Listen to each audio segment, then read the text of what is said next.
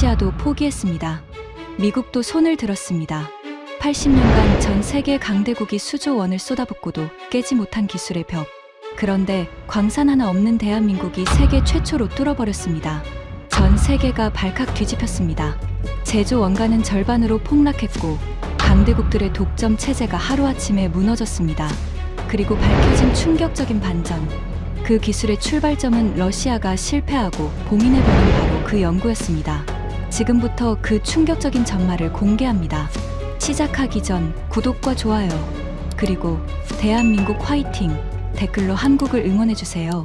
저는 그 순간을 평생 잊지 못할 겁니다. 서울국제항공방산 전시회장. 전 세계 42개국에서 몰려든 방산 관계자 8만여 명의 열기로 전시장 안은 후끈했습니다. 미국, 프랑스, 독일, 이스라엘. 각국의 최첨단 무기와 장비들이 축구장 12개를 합친 규모의 전시 공간을 빼곡히 채우고 있었죠. 하지만 제 시선을 사로잡은 건 최신의 전투기도 차세대 미사일 시스템도 아니었습니다. 한국관 한쪽 구석에 걸린 가로 3m짜리 대형 배너 하나였습니다. 티타늄 스크랩 재활용 기술 세계 최초 상용화 성공. 저는 그 문구를 3번이나 다시 읽었습니다. 심장이 한 박자 건너뛴 것 같았어요. 옆에 서 있던 알렉세이가 제 얼굴을 보더니 물었습니다. 왜 그래? 유령이라도 본 거야? 저거 봐. 저는 배너를 가리켰습니다. 알렉세이의 눈이 배너를 훑었습니다. 3초쯤 지났을까요? 그의 입꼬리가 비틀어지며 코웃음이 터져 나왔습니다. 또 시작이군. 아시아 업체들 특유의 과대 포장이야. 세계 최초, 상용화. 저건 불가능한 기술이라고. 우리가 그걸 왜 모르겠어. 알렉세이 볼코프, VSMPOAVISMA의 기술이사이자 제 30년 지기 동료입니다. 세계 최대 티타늄 생산 기업의 핵심 인물답게 티타늄에 관한 한 그 누구보다 냉정하고 단호한 사람이죠. 그런 그가 고개를 절레절레 흔들며 돌아서려 했습니다. 하지만 저는 발이 그 자리에 붙어버린 것처럼 움직일 수가 없었습니다. 제 이름은 드미트리 코발렌코. 올해 61살이고 33년간 러시아 연방국방부 군수기술총국에서 전략 소재를 담당했습니다. 소재과 차관보까지 올라갔다가 3년 전 퇴임한 뒤 지금은 군수 컨설턴트로 활동하고 있죠. 티타늄. 이 단어를 들으면 제 가슴 한쪽이 저릿해집니다. 단순한 금속 이름이 아니에요. 제 인생에서 가장 아픈 기억과 얽혀 있는 단어니까요. 그 배너 앞에서 저는 30년 전의 기억이 파도처럼 밀려오는 걸 느꼈습니다. 모스크바 외곽의 한 연구소, 실험실에 가득하던 오존 냄새, 그리고 세상에서 가장 존경하던 한 사람의 얼굴이 떠올랐습니다. 빅토르 세르게예비치 박사. 제 아버지의 절친한 벗이자 저에게는 아버지와 다름없었던 은사님. 소련 과학 아카데미에서 플라즈마의 마법사라 불리던 천재 과학자. 그분이 평생을 바쳐 도전했다가 끝내 무릎을 꿇은 기술. 바로 저 배너에 적힌 그 기술이었습니다. 드미트리, 가자. 시간 낭비야. 알렉세이가 제 팔을 잡아 끌었습니다. 하지만 저는 고개를 저었습니다. 잠깐만. 저기 좀 더 보고 가자. 뭘 봐. 저건 물리적으로 불가능한 기술이야. 소련 과학 아카데미 천재 200명이 매달려도 못 해낸 걸 저 작은 나라. 연구원 몇 명이 했다고? 웃기는 소리지. 알렉세이의 말이 틀린 건 아니었습니다. 아니, 솔직히 말하면 저도 속으로는 같은 생각이었어요. 하지만 그 배너 한 줄이 자꾸만 눈앞에서 아른거렸습니다. 티타늄 스크랩 재활용. 이 6글자가 왜 그렇게 무겁게 느껴졌는지 여러분께 설명을 드려야 할 것 같습니다. 여러분, 지금 타고 계신 비행기 한 대에 티타늄이 얼마나 들어가는지 아십니까? 최신의 여객기 기준으로 기체 무게의 15%가 순수 티타늄입니다. 전투기는 더 심해요. 최신 전투기 한 대에 들어가는 티타늄 무게만 수톤에 달합니다. 금액으로 치면 기체 전체 원가의 30%를 훌쩍 넘기죠. 왜 이렇게 비싼 금속을 써야만 할까요? 대안이 없기 때문입니다. 티타늄은 강철만큼 단단하면서도 무게는 45%나 가볍습니다. 섭씨 1650도의 초고온에서도 형태를 유지하고 바닷물에 수십 년을 담가놔도 녹이 슬지 않죠. 전투기 엔진처럼 극한의 열과 압력이 동시에 가해지는 환경에서는 티타늄 말고는 선택지 자체가 없습니다. 하지만 여기서 기가 막힌 모순이 등장합니다. 티타늄은 지구에서 9번째로 흔한 원소예요. 말 그대로 땅을 파면 나오는 수준입니다. 그런데 가격은 일반 스테인리스 강철의 7배가 넘죠. 흔한데 왜 비싸냐고요? 캐내기가 어려운 게 아닙니다. 이 녀석을 쓸 수 있는 금속으로 만드는 과정이 지옥 그 자체이기 때문입니다. 티타늄은 용광로에서 녹는 순간 주변의 산소와 질소를 미친 듯이 빨아들이는 화학적 블랙홀로 변합니다. 산소가 티타늄 조직 속으로 한 번이라도 파고들면 그 순간 천하무적의 강도는 사라지고 유리처럼 바스러지는 약한 금속으로 변해버리죠. 마하의 속도로 날아가는 전투기 엔진 부품이 갑자기 유리처럼 깨진다면 상상만으로도 근골이 서늘해집니다.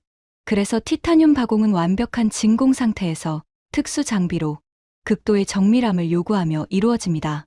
티타늄 최종 가격의 80% 이상이 바로 이 가공 비용이에요. 원재료는 껌값인데 요리하는 비용이 전부라는 얘기입니다. 자, 그런데 진짜 문제는 따로 있습니다. 거대한 티타늄 덩어리에서 전투기 부품을 깎아내면 완성된 부품은 전체의 고작 13%입니다. 나머지 87%는 바닥에 수북이 쌓인 금속 가루, 즉 스크랩이 돼버리죠. 87%입니다. 100억짜리 티타늄 원자재를 사면 87억 원어치가 쓰레기가 된다는 뜻이에요. 당연히 이걸 다시 녹여서 쓰면 되지 않느냐고요? 바로 그게 불가능합니다. 기계로 깎는 그 순간 마찰열로 달아오른 티타늄 가루 표면에 공기 중 산소가 들러붙어 버리거든요. 이미 산소에 오염된 티타늄은 아무리 다시 녹여도 항공 부품에 쓸 수 있는 순도로 돌아갈 수 없습니다. 그래서 수십조 원어치의 티타늄 스크랩들이 두 번 다시 하늘을 날지 못하고 고철상으로 넘겨져 제철소의 합금 첨가제 따위로 헐값에 팔려 나갑니다. 비행기 부품이 될 수 있었던 금속이 철근 속에 섞여 사라지는 거예요. 이것이 바로 지난 80년간 인류가 단 한 번도 해결하지 못한 저주였습니다. 그리고 이 저주에 정면으로 맞선 사람이 바로 제 은사, 빅토르 세르게의 비치 박사였습니다. 소련 시절이었습니다. 빅토르 선생님은 수소 플라즈마라는 무기를 꺼내 들었어요. 12,000도가 넘는 플라즈마 화염으로 티타늄 속 산소를 강제로 태워날려 버리겠다는 발상이었죠. 이론은 완벽했습니다. 소련 과학 아카데미 심사위원 전원이 만장일치로 승인했을 정도니까요. 국방부는 3년간 막대한 예산을 쏟아부었습니다. 저는 그때 군수기술총국의 젊은 장교로서 그 예산 집행 서류를 직접 처리했었죠. 하지만 결과는 참담한 대실패였습니다. 산소는 떨어져 나갔습니다. 그런데 산소를 몰아낸 수소가 그 빈자리로 침투해 들어간 거예요.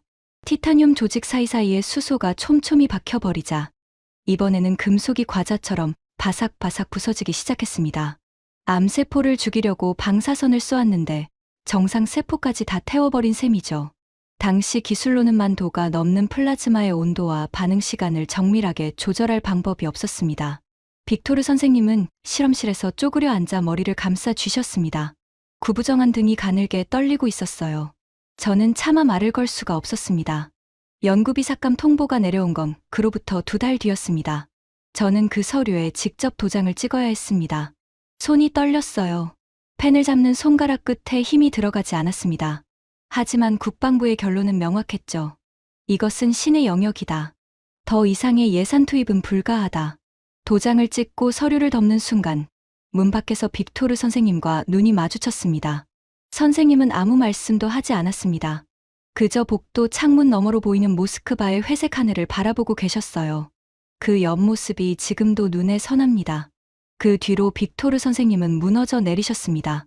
실험실에 출근하는 대신 보드카 병을 들고 계시는 날이 잦아졌어요. 제가 찾아뵐 때마다 선생님은 같은 말씀을 반복하셨습니다. 드미트리, 이 기술은 반드시 누군가 완성하게 될 거다. 다만 우리 손으로는 안 될 뿐이야. 선생님이 세상을 떠나신 건 그로부터 5년 뒤였습니다. 향년 73이었죠. 저는 서울 전시장에 그 배너 앞에 서서 돌아가신 선생님의 마지막 말씀을 떠올리고 있었습니다. 목구멍이 뻑뻑하게 막히는 느낌이었어요. 저건 불가능한 기술이야. 알렉세이의 목소리가 귓가에 맴돌았습니다. 맞아요. 불가능한 기술입니다. 소련의 천재 과학자 200명이 매달려도 못 해냈고 세계 최대 티타늄 광산을 가진 러시아조차 포기한 기술이니까요. 하지만 저 배너는 해냈다고 주장하고 있었습니다.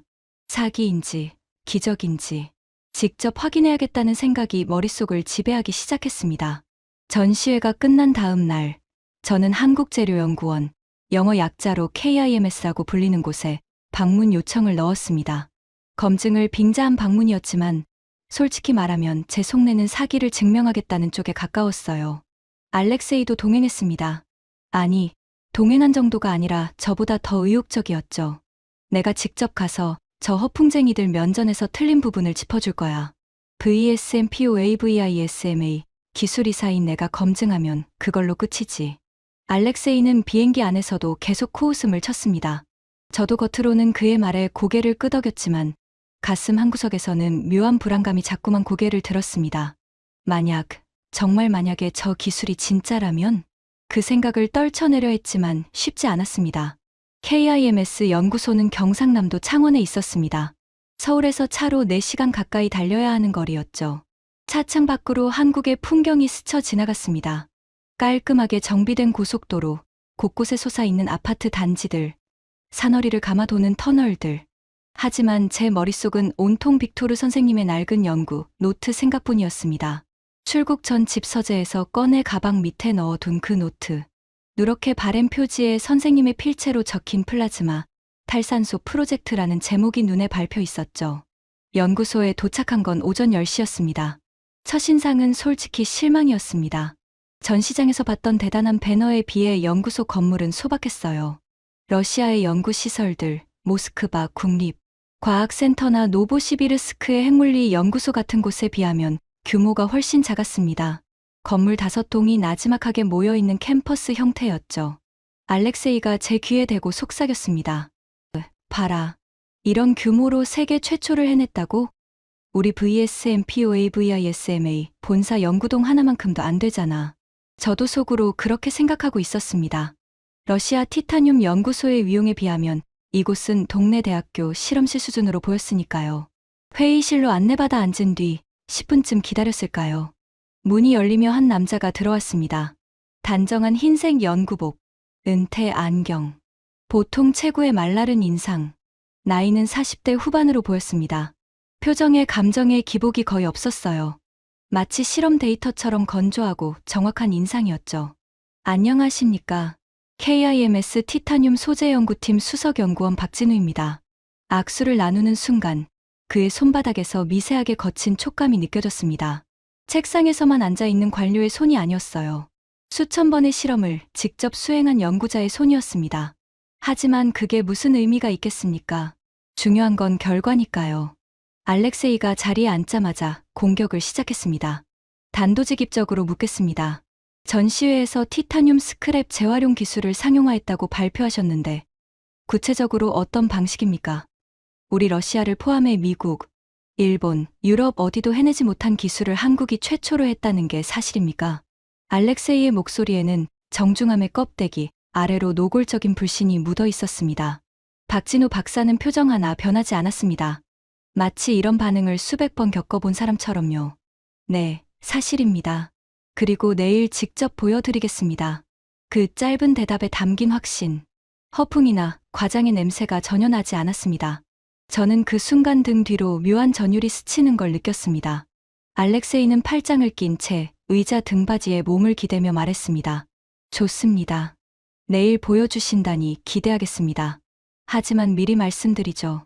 저는 VSMPOAVISMA에서 25년간 티타늄만 만져온 사람입니다. 눈속임은 3초면 알아챕니다. 박진우 박사가 고개를 살짝 끄덕였습니다. 그러실 거라 생각했습니다. 그래서 내일 검증 장비를 직접 가져오셔도 됩니다. 저희 장비가 아니라 귀하의 장비로 측정하셔도 좋습니다. 그 말에 알렉세이의 눈꺼풀이 미세하게 떨렸습니다. 저도 속으로 놀랐어요. 사기를 치는 사람이 당신 장비로 직접 검증하라고 말할 리가 없으니까요. 허풍쟁이는 검증을 피하지 먼저 권하지는 않습니다. 회의실을 나서며 알렉세이가 저에게 말했습니다. 저 자식 태도가 좀 이상해. 보통 사기꾼은 저렇게 당당하지 않거든.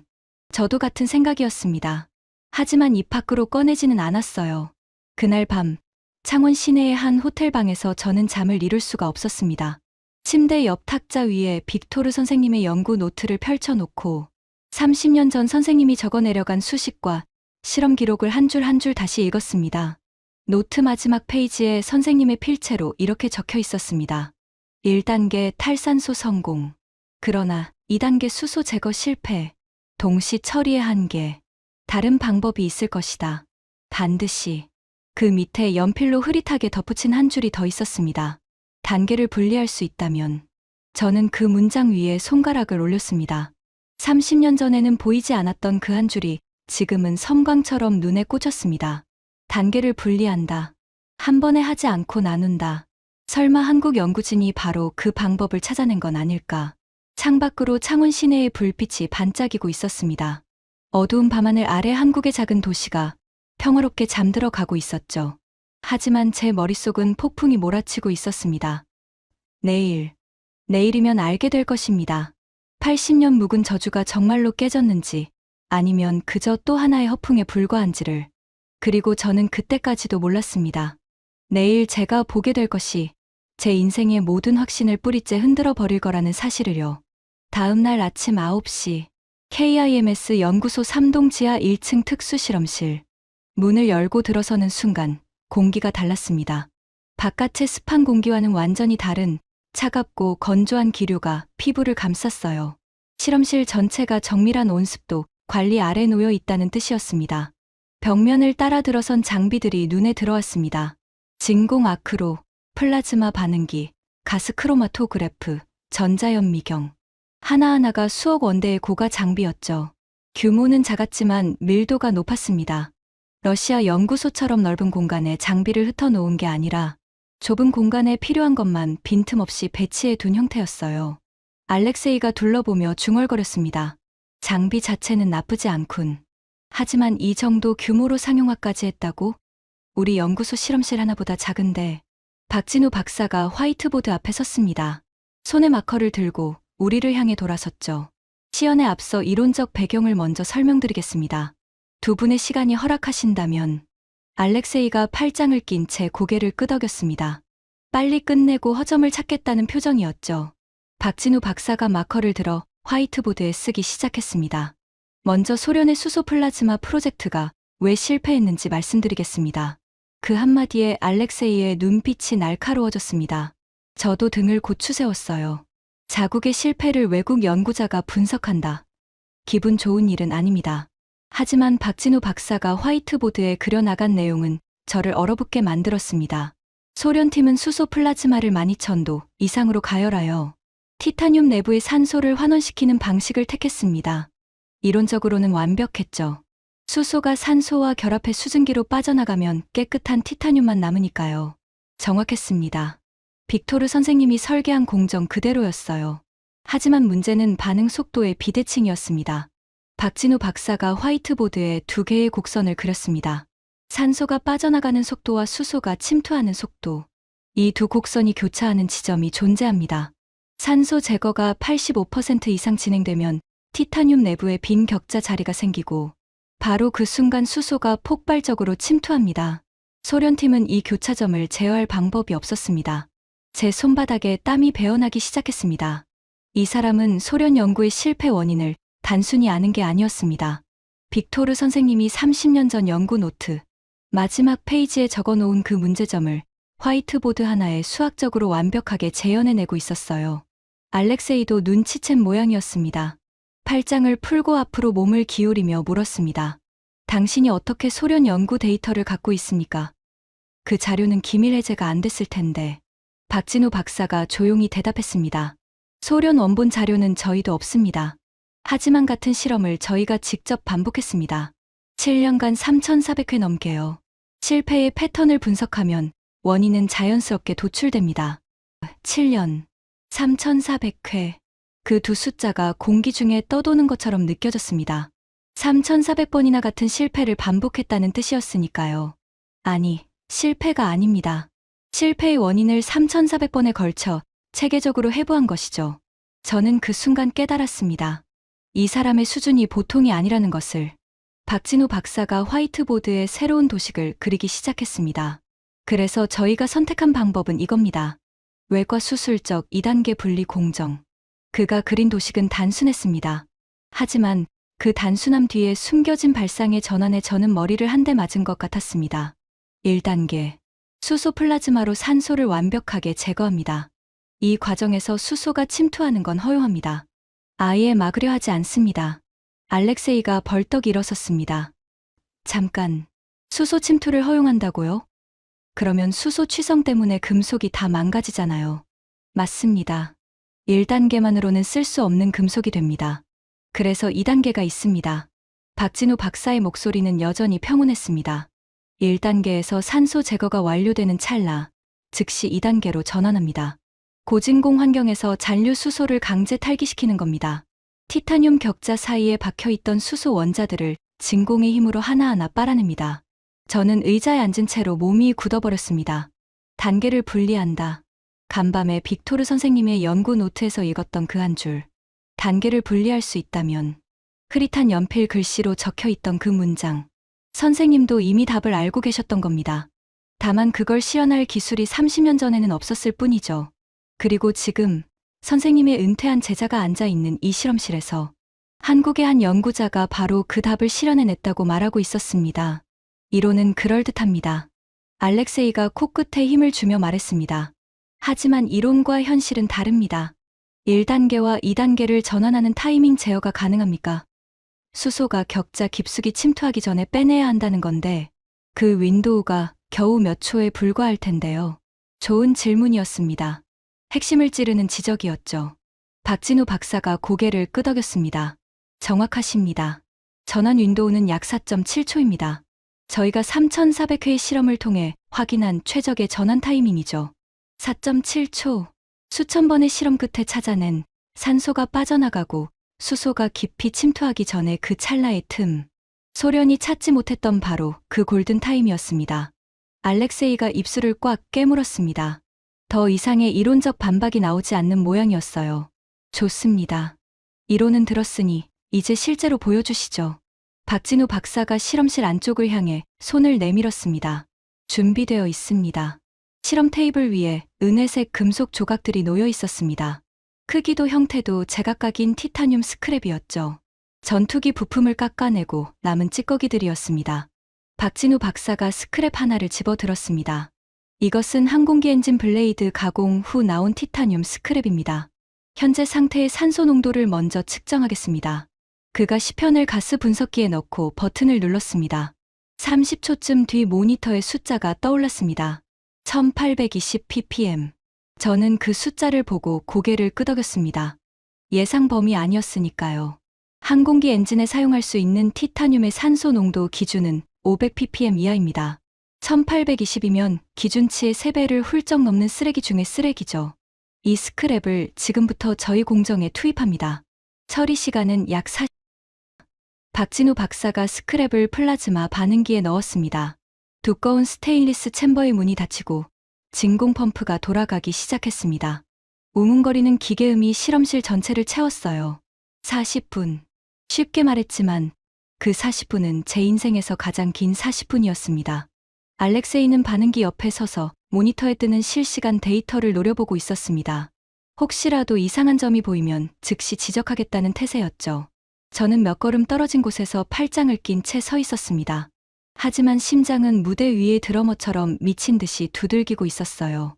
20분이 지났을 때 모니터에 1단계 완료, 2단계 전환이라는 메시지가 떴습니다. 진공 펌프의 출력이 급격히 올라가는 소리가 들렸어요. 고진공 탈기 모드로 전환된 것이었습니다. 바로 그 순간이었을 겁니다. 박진우 박사가 말했던 4.7초의 골든 타임. 산소가 빠져나간 자리에 수소가 깊이 파고들기 전 진공의 힘으로 수소를 강제 배출하는 결정적 순간. 나머지 20분이 흐른 뒤 반응기의 경고등이 녹색으로 바뀌었습니다. 공정 완료입니다. 박진우 박사가 챔버를 열었습니다. 뜨거운 금속 특유의 냄새가 코끝을 스쳤어요. 집게로 꺼내진 시편의 색깔이 달라져 있었습니다. 투입 전의 칙칙한 회색이 아니라 맑고 균일한 은빛으로 변해 있었죠. 하지만 색깔은 중요하지 않습니다. 중요한 건 숫자입니다. 박진우 박사가 시편을 다시 가스 분석기에 넣었습니다. 알렉세이가 모니터 바로 앞까지 다가갔습니다. 저도 2걸음 앞으로 나섰어요. 30초. 모니터의 숫자가 떠올랐습니다. 450 ppm. 실험실에 침묵이 내려앉았습니다. 1820에서 450점, 항공 엔진 부품 기준인 500 ppm을 거뜬히 통과하는 수치. 고철상으로 가야 할 쓰레기가 전투기 엔진에 바로 들어갈 수 있는 최상급 소재로 변한 겁니다. 제 손이 떨리기 시작했습니다. 무릎에 힘이 풀리는 느낌이었어요. 하지만 알렉세이는 달랐습니다. 잠깐. 그가 날카로운 목소리로 말했습니다. 이 분석기가 보정이 제대로 되어 있다는 보장이 없습니다. 제가 가져온 장비로 다시 측정하겠습니다. 박진우 박사가 아무런 동요 없이 시편을 알렉세이에게 건넸습니다. 하세요. 그 단 한마디. 어떤 변명도, 어떤 방어도 없었습니다. 알렉세이가 가져온 휴대용 XRF 분석기는 VSM-POA-VISMA가 자체 개발한 정밀 장비였습니다. 러시아 군수 품질 검사에 사용되는 장비와 동일한 모델이죠. 알렉세이는 능숙하게 장비를 세팅하고 시편을 올려놓았습니다. 측정 시간 45초. 알렉세이의 얼굴이 장비 모니터를 향하고 있었습니다. 저는 그의 뒷목 근육이 서서히 경직되어 가는 걸 볼 수 있었어요. 결과가 나오기도 전에 이미 무언가를 감지한 것처럼 보였습니다. PP. 측정 완료음이 울렸습니다. 알렉세이가 숫자를 읽었습니다. 그리고 아무 말도 하지 않았습니다. 5초, 10초. 그의 입술이 미세하게 떨리고 있었습니다. 얼마야? 제가 물었습니다. 알렉세이가 천천히 고개를 돌려 저를 바라봤습니다. 그의 눈에 30년 지기 동료로서 처음 보는 감정이 스쳐 지나갔습니다. 당혹. 아니, 당혹보다 더 깊은 무언가. 463 ppm. 거의 동일한 수치였습니다.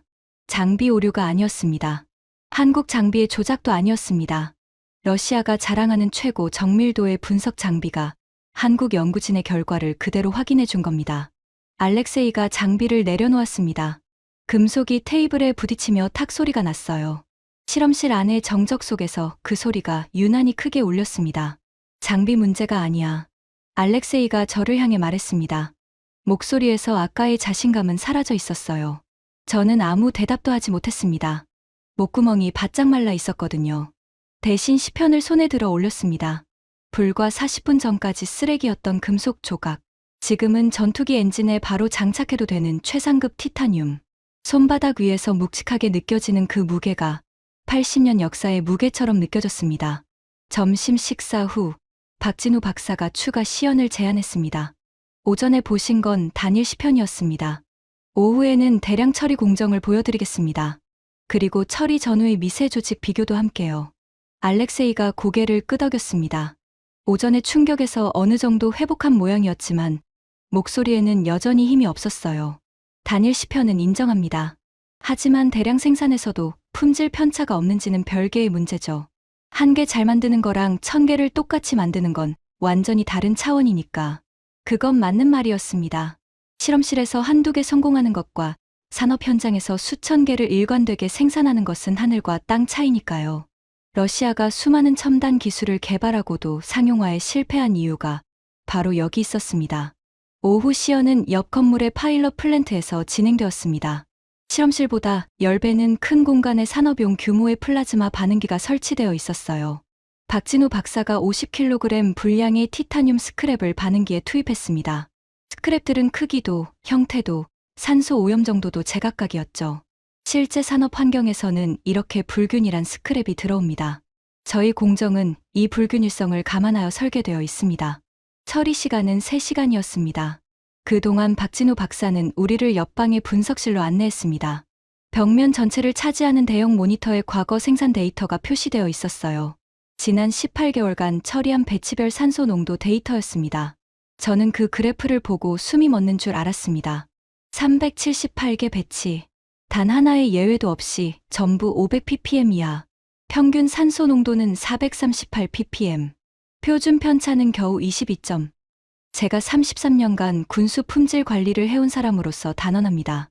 이 수준의 일관성은 경이로운 겁니다. 러시아 VSM-POA-VISMA의 새 티타늄 생산 공정도 배치 간 편차가 이보다 큽니다. 새 원자재로 만들어도 이 정도 균일성을 유지하기 어려운데 오염된 폐기물을 재활용해서 이 수치를 찍고 있다니. 알렉세이도 그 그래프 앞에서 한동안 움직이지 못했습니다. 손등으로 이마에 땀을 닦아내더니 물었습니다. 에너지 소비량은 어떻습니까? 플라즈마 공정은 전력을 어마어마하게 잡아먹을 텐데. 좋은 질문이었습니다. 아무리 품질이 좋아도 에너지 비용이 천문학적이면 상용화는 불가능하니까요. 박진우 박사가 다른 데이터를 불러왔습니다. 새 티타늄을 처음부터 만드는 크롤 공정 대비 에너지 소비량이 약 65% 절감됩니다. 65%요? 알렉세이의 눈이 커졌습니다. 저도 귀를 의심했어요. 원가는요? 기존 새 티타늄 대비 약 55% 수준입니다. 55%, 절반에 가까운 가격. 새로 만든 것보다 더 싸면서 품질은 동등하다. 알렉세이가 잠시 눈을 감았다 떴습니다. 그리고 아까와는 완전히 다른 목소리로 물었습니다. 미세 조직은 어떻습니까? 기계적 물성이 새 티타늄과 동등한 수준이라는 근거가 있습니까? 더 이상 공격이 아니었습니다. 진심으로 알고 싶어하는 질문이었어요. 박진우 박사가 전자현미경 앞으로 안내했습니다. 모니터에 두 개의 이미지가 나란히 떠올랐어요. 왼쪽은 새 티타늄의 미세 조직, 오른쪽은 재활용 티타늄의 미세 조직. 저는 30년간 수천 장의 미세 조직 사진을 봐왔습니다. 하지만 이 두 사진을 구별할 수 없었어요. 아니, 정확히 말하면 오른쪽, 재활용 티타늄의 조직이 오히려 더 치밀하고 균일해 보였습니다. 플라즈마 처리 과정에서 불순물이 제거되면서 동시에 결정립이 재배열됩니다. 그 결과 인장 강도가 새 티타늄 대비 3에서 5% 정도 향상되는 것을 확인했습니다. 재활용품이 새 것보다 좋다고요? 알렉세이가 현미경 모니터를 30초 넘게 응시했습니다. 그리고 천천히 의자에 앉으며 두 손으로 얼굴을 감쌌습니다. 이건 말이 안 돼. 그 말은 부정이 아니었습니다. 자신이 평생 알고 있던 상식이 뒤집어지는 순간의 절규에 가까웠어요. 저도 같은 심정이었습니다. 평생을 티타늄 조달에 바친 사람으로서 지금 제가 보고 있는 모든 데이터가 불가능의 영역이 무너졌다고 소리치고 있었으니까요. 하지만 아직 하나가 남아 있었습니다. 실험실에서 성공한 것과 실제 산업 현장에서 양산하는 것은 전혀 다른 문제입니다. 이 기술이 진짜 게임을 바꿀 수 있는지는 양산 현장을 봐야 알 수 있었죠. 그날 밤이었습니다. 호텔 방으로 돌아온 저는 한참을 멍하니 앉아 있었습니다. 커튼 사이로 창원 시내의 불빛이 스며들고 있었지만 제 눈에는 아무것도 들어오지 않았어요. 침대 위에 빅토르 선생님의 연구 노트를 펼쳐 놓았습니다. 오래된 종이에서 나는 퀴퀴한 냄새가 코끝을 간지렸어요. 30년 전 모스크바의 그 연구실 냄새와 비슷했습니다. 노트를 처음부터 다시 읽었습니다. 빅토르 선생님은 매 실험마다 결과를 꼼꼼하게 기록하셨어요. 실패한 실험도 예외가 아니었습니다. 827번의 실험, 827번의 실패. 하지만 선생님은 한 번도 실패라는 단어를 쓰지 않으셨어요. 대신 매번 이렇게 적으셨죠. 새로운 데이터 수집 완료. 827번의 실패를 827번의 데이터 수집이라고 적은 사람. 그분이 바로 제 스승이었습니다. 그리고 마지막 페이지. 연구비 삭감이 결정되기 일주일 전에 적으신 메모. 1단계 탈산소 성공. 그러나 2단계 수소 제거 실패. 동시 처리의 한계. 다른 방법이 있을 것이다. 반드시. 단계를 분리할 수 있다면. 오늘 KIMS 실험실에서 제가 목격한 것의 원리가 바로 이 한 줄에 담겨 있었습니다. 선생님은 답을 알고 계셨어요. 하지만 그 답을 실현할 기술이 없었을 뿐입니다. 30년이라는 세월이 그 간격을 메워준 거죠. 그런데 그 간격을 메운 사람이 러시아인이 아니었습니다. 미국인도, 유럽인도, 일본인도 아니었어요. 광산 하나 없는 한국의 연구자들이었습니다. 가슴 한가운데가 뜨겁게 달아올랐습니다. 자존심이 무너지는 아픔인지, 선생님의 꿈이 이루어진 기쁨인지, 둘 다인지, 감정의 정체를 제대로 파악할 수 없었어요. 한 가지 확실한 건 선생님이 이 결과를 보셨더라면 분명 이렇게 말씀하셨을 거라는 겁니다. 봐라, 드미트리. 내가 뭐라고 했어. 누군가 반드시 해낼 거라고 했잖아. 저는 노트를 가슴에 꼭 안았습니다. 창밖의 밤하늘이 뿌옇게 번져 보였어요. 그때 방문을 두드리는 소리가 났습니다. 알렉세이였습니다. 문을 열자 그가 두 손에 맥주캔을 들고 서 있었어요. 평소 그답지 않게 표정이 복잡했습니다. 잠이 안 와서 그 한마디로 충분했습니다. 저도 같은 이유로 깨어 있었으니까요. 호텔 방 작은 테이블에 마주 앉아 맥주를 한 모금씩 마시며 한참을 아무 말 없이 앉아 있었습니다. 먼저 입을 연 건 알렉세이였습니다. 드미트리, 솔직히 말해. 오늘 본 게 진짜라고 생각해? 저는 맥주캔을 내려놓고 대답했습니다. 넌 내 장비로 직접 측정했잖아. 알렉세이가 한숨을 길게 내쉬었습니다. 그의 어깨가 축 처져 있었어요. 그래. 내 장비로 확인했어. 조작이 아니야. 하지만 받아들이기가 쉽지가 않아. 우리 VSMPOAVISMA가 세계 티타늄 시장의 35%를 쥐고 있어. 보잉, 에어버스 다 우리한테 와서 원자재를 사가거든. 그런데 한국이 폐기물을 재활용해서 같은 걸 절반 가격에 만든다면. 그가 말을 끊었습니다. 하지만 뒤에 올 말은 굳이 듣지 않아도 알 수 있었죠. 우리의 독점이 무너진다. 아직 결론 내리기엔 이르다. 저는 일부러 차분한 목소리로 말했습니다. 실험실이랑 파일럿 규모에서 성공한 거랑 실제 양산 라인에서 돌아가는 건 다른 문제야. 내일 한화 에어로스페이스 공장에 간다고 했잖아. 거기서 진짜 양산 현장을 보고 판단하자. 알렉세이가 고개를 끄덕였습니다. 그래. 내일이 진짜 승부다. 그가 나가고 나서 저는 다시 빅토르 선생님의 노트를 펼쳤습니다. 827번의 새로운 데이터 수집 완료. 선생님은 아셨을까요? 선생님의 827번의 실패가 30년 뒤 지구 반대편에서 한 무명 연구자의 3400번의 실험으로 이어졌다는 것을, 그리고 그 연구자가 선생님이 마지막 페이지에 남기신 힌트를 현실로 바꿔놓았다는 것을. 과학은 이렇게 이어지는 것일까요? 한 사람의 실패가 다른 사람의 출발점이 되고 한 세대가 못다한 꿈을 다음 세대가 완성하는 것. 저는 그날 밤 처음으로 한국이라는 나라를 다시 보게 되었습니다. 다음 날 오전 KIMS에서 차로 30분 거리에 있는 한화 에어로스페이스 창원 공장.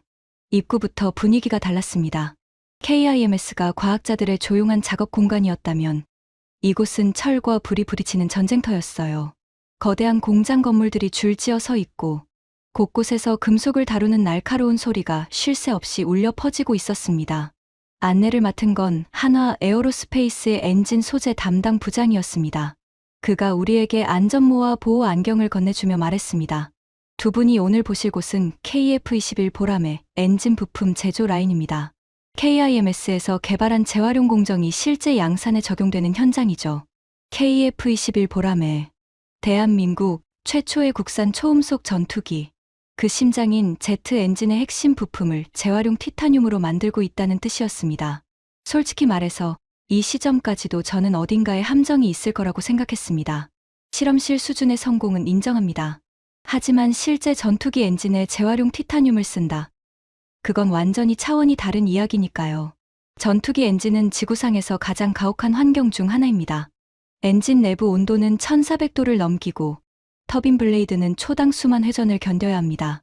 이런 극한 조건에서 소재의 미세한 결함 하나가 치명적인 사고로 이어질 수 있죠. 그런 곳에 재활용 금속을 쓴다고? 상식적으로 납득이 안 되는 결정이었습니다. 공장 안으로 들어서자 열기가 확 밀려왔습니다. 거대한 진공 주조로에서 뿜어져 나오는 복사열이 보호복 위로도 느껴질 정도였어요. 라인을 따라 걸으며 공정 하나하나를 확인했습니다. 첫 번째 구역. KIMS에서 처리된 재활용 티타늄 인고들이 쌓여 있었습니다. 한 덩어리의 무게가 200kg. 은빛으로 반짝이는 인곳의 표면이 매끄럽고 균일했어요. 두 번째 구역. 진공 아크 재용회로. 재활용 인곳을 다시 한번 녹여 최종 형상으로 주조하는 공정이었습니다. 세 번째 구역. 정밀 가공 라인. 초정밀 CNC 기계가 밀리미터의 100분의 1 단위로 부품을 깎아내고 있었죠. 네 번째 구역. 비파괴 검사실. 완성된 부품 하나하나를 초음파와 엑스레이로 내부 결함을 검사하는 곳이었습니다. 이 네 번째 구역에서 저는 걸음을 멈췄습니다. 모니터에 표시된 검사 데이터를 들여다보았어요. 지난 6개월간 이 라인을 통과한 부품 수는 4200여 개. 불합격률은 0.3%. 0.3%요? 새 티타늄으로 만든 부품의 일반적인 불합격률이 1에서 2% 사이인 것을 감안하면 이건 경이적인 수치입니다. 알렉세이가 제 옆에 서서 같은 데이터를 보고 있었습니다. 그의 얼굴이 창백해져 가고 있었어요. 이건 불합격률이 아니라 거의 무결점 수준인데. 제가 중얼거렸습니다. 담당 부장이 설명을 이었습니다. 재활용 공정에서 불순물이 제거되면서 조직이 더 균일해지기 때문입니다. 역설적이지만 재활용 티타늄이 오히려 새 티타늄보다 품질 안정성이 높습니다.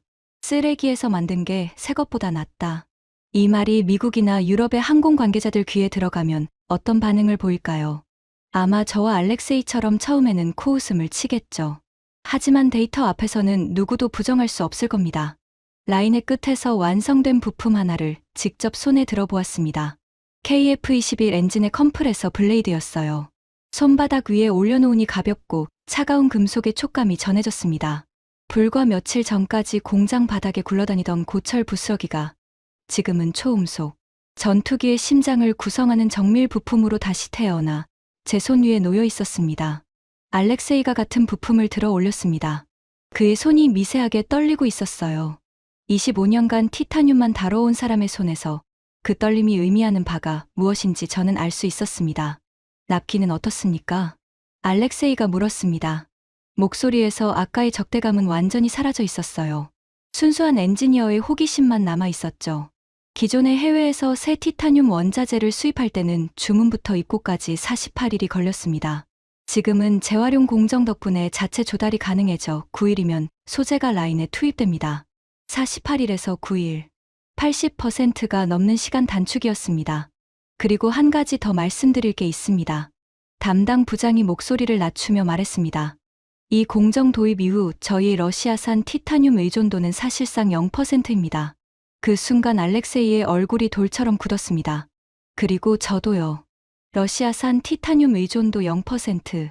이것이 의미하는 바는 명확했습니다. 한국은 더 이상 러시아의 티타늄 목줄에 매달릴 필요가 없어졌다는 뜻이었으니까요. 우크라이나 전쟁 이후 서방의 경제 제재로 보잉과 에어버스마저 러시아 티타늄 조달에 비상이 걸린 상황에서 한국은 혼자서 조용히 이 문제를 해결해버린 겁니다. 저는 공장 바닥에 서서 거대한 생산 라인 전체를 바라보았습니다. 쉴 새 없이 돌아가는 기계들, 정밀하게 움직이는 로봇팔, 그 사이를 오가며 검사하는 기술자들. 이건 단순한 재활용 기술이 아니었습니다. 소재 주권이었습니다. 자원이 없는 나라가 자원의 저주를 기술로 뒤집어 놓은 것.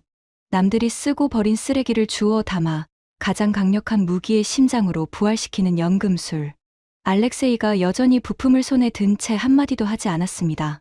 그의 눈이 빨갛게 충혈되어 있었어요. 내일이면 우리는 한국을 떠나 모스크바로 돌아갑니다. 하지만 오늘 이 공장에서 본 것들은 비행기에 오르는 것만으로 잊혀지지 않을 겁니다. 오히려 비행기 안에서 그리고 모스크바의 사무실에서 이 기억은 더 선명해지겠죠. 80년간 누구도 깨지 못한 벽을 광산 하나 없는 나라가 뚫었다. 그리고 그 벽을 뚫는 출발점은 제 은사에 실패한 연구였다. 저는 주머니 속에서 빅토르 선생님의 연구 노트를 꺼냈습니다.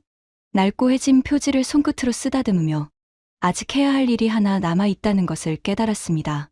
귀국 전 마지막 날 오후, 우리는 다시 KIMS 연구소를 찾았습니다. 박진우 박사가 마지막 검증을 위해 준비한 것이 있었기 때문입니다. 실험실 테이블 위에 30개의 티타늄 시편이 놓여 있었습니다.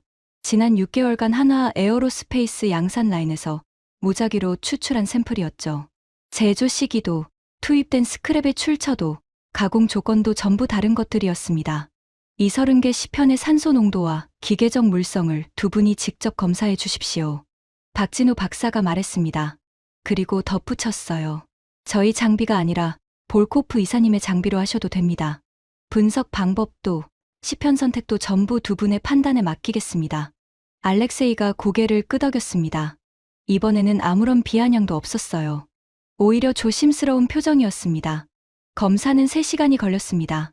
알렉세이와 저는 번갈아 가며 30개의 시편을 하나하나 분석했습니다. 산소 농도 측정, 경도 테스트, 인장 강도 시험. 33년간 군수 품질 관리를 해온 제 경험과 25년간 티타늄을 만져온 알렉세이의 전문성을 모두 동원했죠. 결과를 정리하는데 30분이 더 걸렸습니다. 알렉세이가 데이터 시트를 테이블 위에 내려놓았습니다. 30개 전수. 산소 농도 전부 500ppm 이하. 최저 412, 최고 487점, 평균 441 ppm. 인장 강도. 30개 전수 항공급 기준 충족. 평균값은 새 티타늄 대비 4% 높음. 경도. 30개 전수 합격. 편차 1.8% 이내. 한 개의 불합격도 없었습니다. 실험실에 긴 침묵이 흘렀습니다. 알렉세이가 30개 시편 중 하나를 손에 들어 올렸습니다. 한참 동안 그 은빛 금속 조각을 들여다보고 있었어요. 그의 눈동자가 미세하게 흔들리고 있었습니다. 그리고 천천히 아주 천천히 고개를 돌려 저를 바라보았습니다. 드미트리. 그가 불렀습니다. 목소리가 갈라져 있었어요. 우리가 졌어. 25년간 세계 최대 티타늄 기업의 기술을 이끌어온 사람이었습니다. 러시아 과학 아카데미 정회원이자 보잉과 에어버스의 품질 감사를 통과시킨 장본인이었죠. 그런 사람의 입에서 졌다는 말이 나온 겁니다. 저는 아무 대답도 할 수 없었습니다. 목이 메어왔거든요. 이상한 일이었습니다. 분하지 않았어요. 자존심이 상한다기보다는 오히려 가슴 한가운데가 뜨겁게 차오르는 느낌이었습니다. 80년 동안 인류를 가로막았던 벽이 무너지는 순간을 직접 목격한 거니까요. 그리고 그 벽을 무너뜨린 사람들은 자원 하나 없는 작은 나라의 연구자들이었습니다. 저는 주머니에서 빅토르 선생님의 연구 노트를 꺼냈습니다. 30년 된 낡은 노트. 누렇게 바래고 모서리가 해진 표지. 그 안에 담긴 827번의 실패, 아니 827번의 데이터. 저는 그 노트를 양손으로 조심스럽게 들고 박진우 박사 앞으로 걸어갔습니다. 박사님. 제 목소리가 떨리고 있었습니다. 하지만 멈추지 않았어요. 이것은 제 은사이자 아버지의 절친이셨던 빅토르 세르게의 빛이 박사님의 연구 노트입니다. 30년 전 바로 이 기술에 평생을 바치셨던 분의 기록이에요. 박진우 박사의 표정이 처음으로 변했습니다. 무표정하던 얼굴에 놀라움이 스쳤어요. 선생님은 이 기술을 완성하지 못하고 세상을 떠나셨습니다. 하지만 노트 마지막 페이지에 이런 메모를 남기셨어요. 저는 노트를 펼쳐 그 페이지를 보여주었습니다. 단계를 분리할 수 있다면. 박진우 박사가 그 한 줄을 읽었습니다. 그리고 한동안 아무 말도 하지 못했어요. 이분이 시작하셨습니다. 저는 노트를 그에게 내밀었습니다. 당신이 완성했고요. 박진우 박사가 두 손으로 노트를 받아들었습니다. 그의 손이 떨리고 있었어요. 연구 데이터를 다룰 때의 그 침착한 손이 낡은 노트 한 권 앞에서 떨리고 있었습니다. 아닙니다. 박진우 박사가 고개를 저었습니다. 목소리가 낮아져 있었어요. 저희가 해낸 게 아닙니다. 이분의 연구가 출발점이었습니다.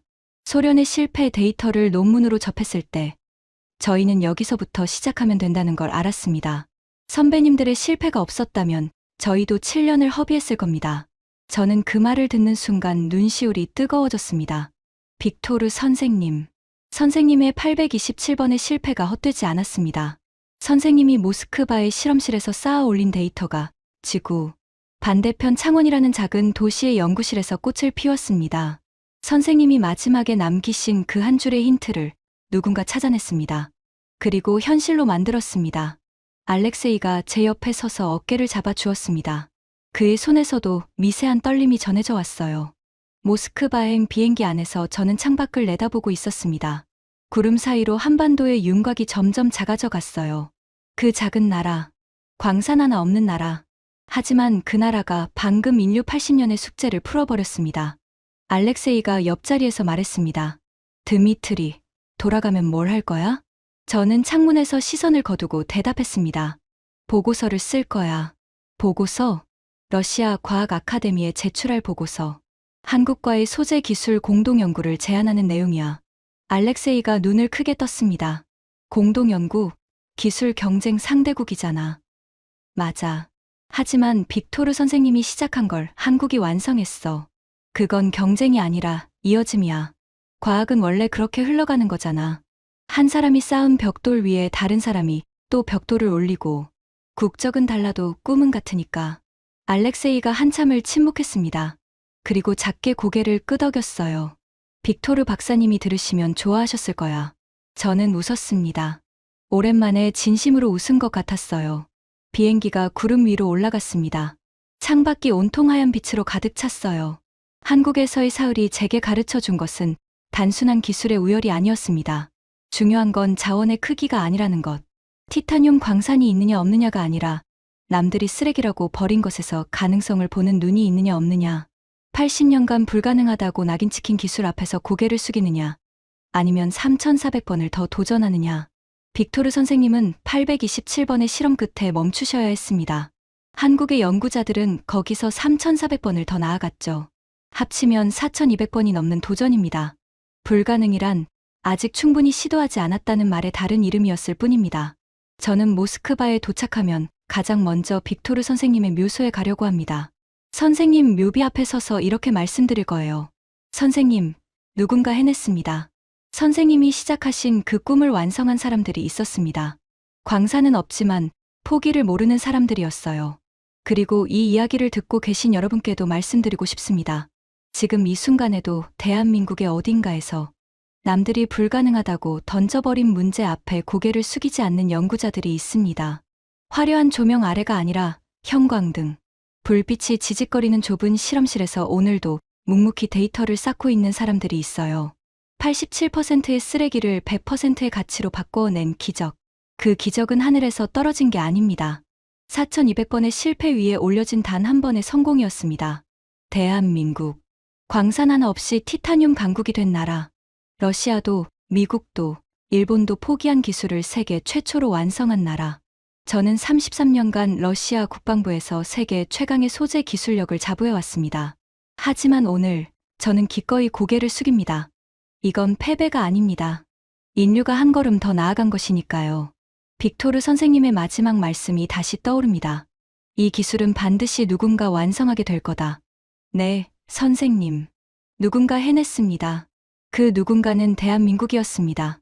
지금까지 러시아도 포기한 80년의 벽을 세계 최초로 뚫어낸 대한민국의 이야기였습니다. 광산 하나 없는 나라가 기술 하나로 강대국의 독점을 무너뜨린 이 이야기. 주변에 널리 공유해주세요. 우리가 몰랐던 대한민국의 저력을 더 많은 분들이 알게 됩니다. 구독과 좋아요도 부탁드립니다. 지금까지 감동테라였습니다. 감사합니다.